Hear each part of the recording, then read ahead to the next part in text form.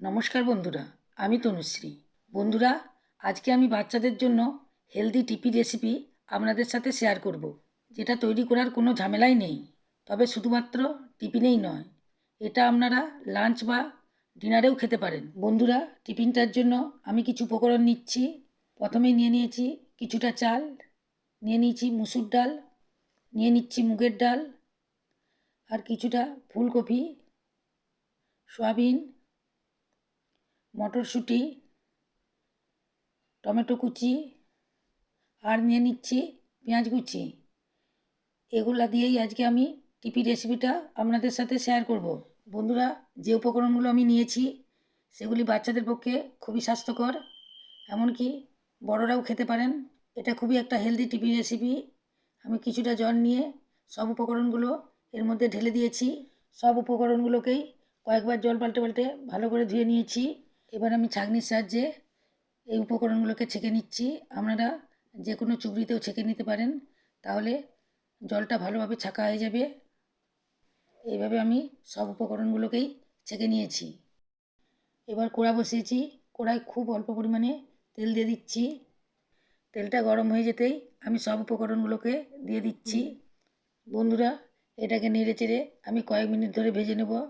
নাড়তে নাড়তে এগুলো শুকনো হয়ে যাবে। দেখুন, নাড়তে নাড়তেই এগুলো হালকা শুকনো হয়ে গেছে।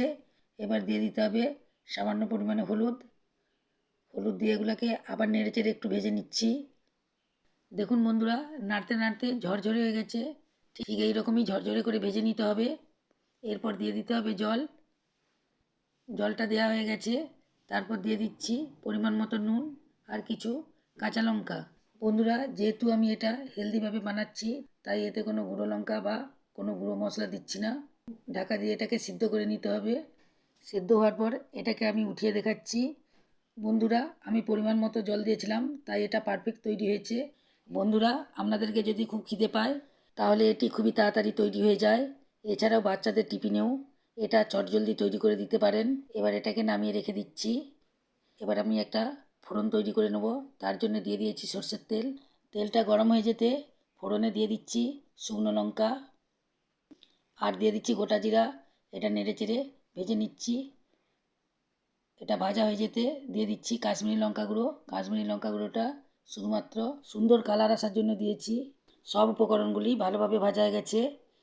এবার আমি এটা টিফিনটার উপর দিয়ে দিচ্ছি। এরপর দিয়ে দিচ্ছি 1 চামচ ঘি। ভালোভাবে এটাকে মিশিয়ে নিচ্ছি। বিশ্বাস করুন বন্ধুরা, এক ভাপে সেদ্ধ করা সত্ত্বেও এই টিফিনটা খেতে এতটাই টেস্টি হয়েছে যে আপনারা না খেলে বুঝতেই পারবেন না এর স্বাদ কতটা। বাচ্চারা তো পুরো টিফিন বক্স খালি করে ফেলবে।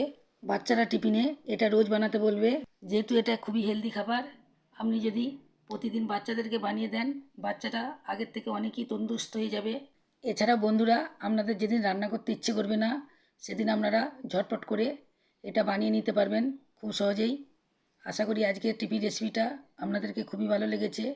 তাহলে লাইক দিয়ে দেবেন, চ্যানেলকে সাবস্ক্রাইব করবেন এবং বন্ধুদের মধ্যে প্রচুর প্রচুর শেয়ার করবেন।